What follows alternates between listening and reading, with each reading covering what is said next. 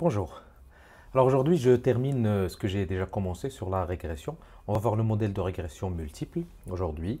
On va essayer vers la fin de présenter comment on peut rapporter les résultats. J'ai déjà écrit ça ici.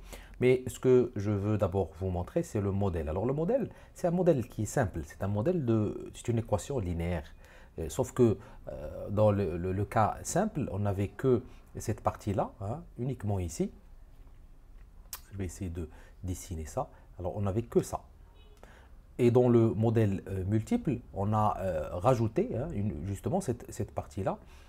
Alors, on a rajouté cette partie-là et donc on a tout un modèle avec une première variable qui explique, une deuxième x2, x3 jusqu'à xn.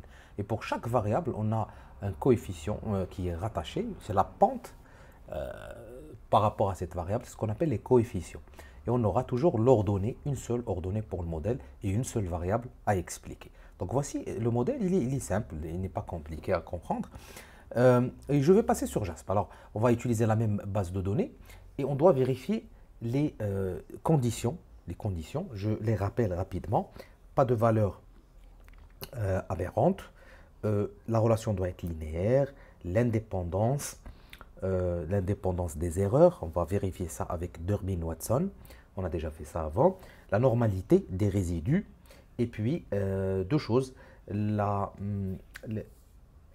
variances pour les erreurs doivent être égales. Hein, les variances, la distribution des variances des erreurs. On va voir ça avec le graphique qu'on a déjà vu. Et un autre graphique pour le QQ, le graphique quantile-quantile, qui nous permet de vérifier la linéarité, justement, dont je viens de parler, mais aussi la normalité par rapport aux résidus. Donc, on va voir ça avec le QQ. Et puis, finalement, la multicollinéarité. On doit vérifier est-ce que les variables qui expliquent les x1, x2, x3, est-ce qu'ils sont trop corrélés. On va vérifier ça avec deux choses, ce qu'on appelle la tolérance et le VIF. J'ai déjà parlé de ça, je vais vous mettre une vidéo dans la description sur R, comment on vérifie ça, mais on va voir sur JASP aussi. Donc on va passer à la base de données, alors c'est la même Rugby Kick Regression, vous trouverez le dossier dans la description, et vous partez sur régression. Là on ne va pas passer sur descriptif parce qu'on a plusieurs variables. Donc on va aller sur régression linéaire, clique dessus. Alors la variable, je rappelle la variable qu'on essaie d'expliquer, c'est la distance parcourue par une balle qui a été frappée par un joueur. Et on veut expliquer cette variable par l'ensemble de ces variables-là. Alors avant, dans la vidéo sur la régression simple, on a utilisé une seule, c'est R. Alors R c'est droite, la force de la jambe droite. Mais là, je vais tout simplement cliquer sur CTRL ou sur commande et je sélectionne l'ensemble et je glisse ici. Regardez, il me donne déjà mon modèle. Donc là, c'est simple. Mais on va rajouter certaines choses. On va rajouter dans statistiques, et vous partez dans statistiques, ajouter Durbin-Watson hein, pour l'indépendance. Et puis, on va rajouter diagnostic de collinéarité hein, pour tout ce qui est forte corrélation entre les variables. C'est tout. Après, on va partir sur graphique et on va rajouter, bon, on ne va pas le faire maintenant, on va le faire après, vous allez comprendre pourquoi.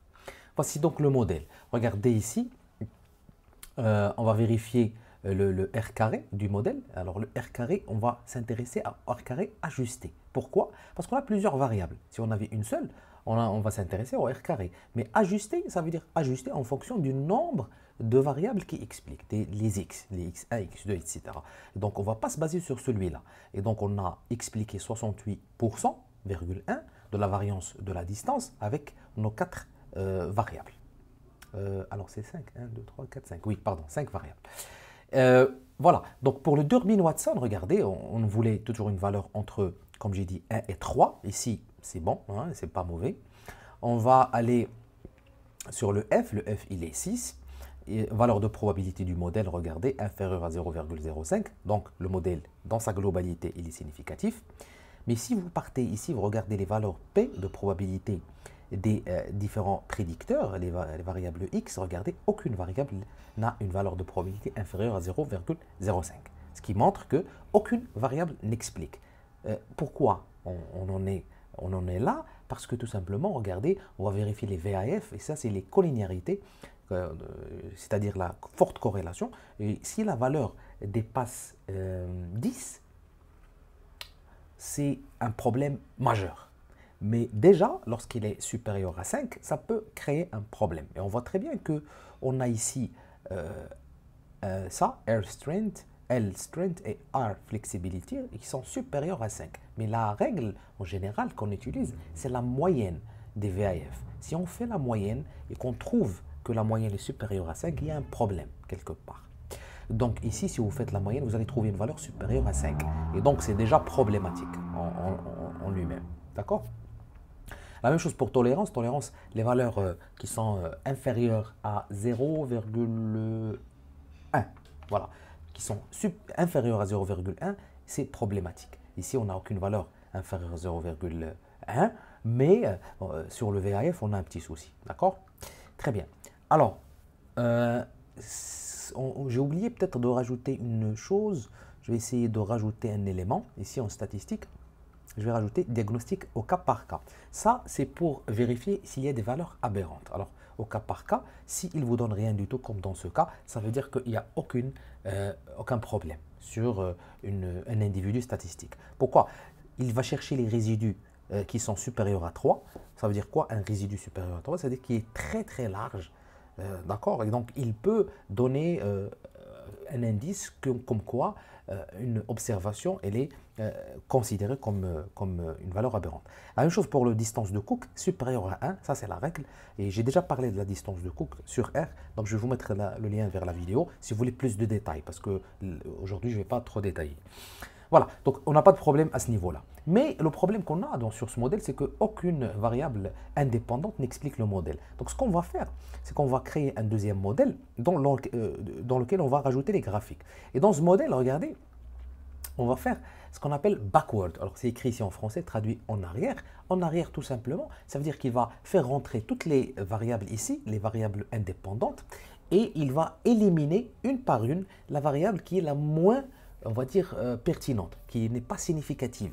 Jusqu'à ce qu'il va vous donner vers la fin le meilleur modèle avec que des variables significatives. Quand je dis significatives, ça veut dire leur bêta, ici, alors les bêta unstandardized, c'est les bêta, hein, les B qu'on a vu tout à l'heure dans l'équation je reviens sur l'équation, c'est les B1, les B2, les B3, etc. C'est les coefficients ici, vous allez trouver leur valeur de probabilité significative. Donc si je fais backward, en arrière, regardez, il va me recalculer les modèles et il m'a donné 4 modèles. Donc dans les 4 modèles, regardez, on va vérifier le R carré ajusté, regardez, il a amélioré le R carré, on est arrivé à 0,73,8 pour le modèle 4. Le modèle 4, c'est le meilleur modèle, le plus supérieur. Le modèle, il est significatif. Et bien sûr, regardez ici sur le modèle 4, on a deux variables, c'est la force de frappe de la jambe droite avec la bilatérale. Le bilatéral, ce sont les deux en même temps. Et donc, on voit très très bien leur valeur de probabilité. Regardez, 0,02 et 0,02, elles sont inférieures à 0,05. Donc, on voit très bien que ce modèle, c'est le meilleur modèle. Et d'ailleurs, en termes de R carré, on a beaucoup amélioré. Hein, on est arrivé à presque 0,74. Donc, on a expliqué 74% de la variance de la distance uniquement avec deux variables, ce qui est vraiment excellent parce que les modèles de régression où il y a peu de variables, ce sont les meilleurs aussi. Et puis voilà, donc si vous partez aussi sur collinearity, VAF, regardez, sur ce modèle, on est à 1,5, 1,5, on est largement inférieur à 5. Et puis pour les tolérances, on est largement supérieur à 0,1. Donc ce modèle, il est le meilleur. Alors je vous conseille, si vous ne trouvez pas vraiment un bon modèle, lorsque vous faites ce qu'on appelle une entrée forcée des variables, comme ce que j'ai fait au début, de faire par exemple, surtout en arrière. Backward, c'est l'idéal. Il va vous donner les modèles en améliorant. Il va passer sur ce qu'on appelle une, si vous voulez, descendante. Donc il va commencer par le maximum en réduisant le nombre de variables jusqu'à ce qu'il vous donne le meilleur modèle. Et là, on voit très très bien ce modèle. Toujours, on n'a pas de case-wise, alors on va juste vérifier les deux hypothèses de tout à l'heure, linéarité et normalité. Je vais faire le diagramme QQ normalisé. Regardez, on a une bonne distribution des erreurs sur cet axe théorique de normalité.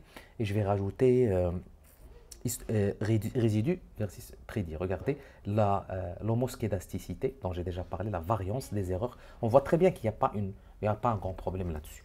Donc, comment on va rapporter tout ça? On va dire qu'une régression multiple a été utilisée avec backward dans ce cas.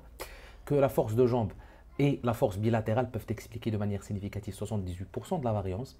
F2, 10. Alors F2, 10, pourquoi? Parce que je vais venir à ce modèle, hein. Je vais m'intéresser uniquement à ce modèle. Il est là, 2, 10. 2 pour la régression et 10 pour les résidus en termes de degré de liberté, avec le 17,9 pour le F. Regardez, je vais m'intéresser à ce modèle. Bon, je ne vais pas rapporter l'ensemble, hein. Et donc voilà, le R carré, deux coefficients de régression ont été trouvés, la force de jambe, voici son. Bon, là, on va rapporter les coefficients. Pourquoi? Parce qu'on a deux variables et on veut bien savoir quelle est celle qui explique le plus. Et on voit très bien que la première, la jambe de droite, elle a un bêta qui est largement supérieur à celui-là. D'accord? Donc, c'est important ici de rapporter, bien sûr, le bêta aussi. Et bien sûr, de donner son sens. Est-ce qu'il est positif ou négatif? On voit très bien ici qu'ils sont tous les deux positifs. C'est-à-dire que lorsque la force de la jambe droite augmente, la distance augmente. Et aussi, lorsque la force bilatérale augmente, la distance augmente. Voilà. Donc, voici comment on va rapporter le cas d'une régression multiple. J'espère que j'ai été clair. Je vais vous mettre le lien de la vidéo vers un peu plus de détails si vous voulez bien comprendre le VAF, etc. Et puis, dans la vidéo suivante, on va parler de régression logistique.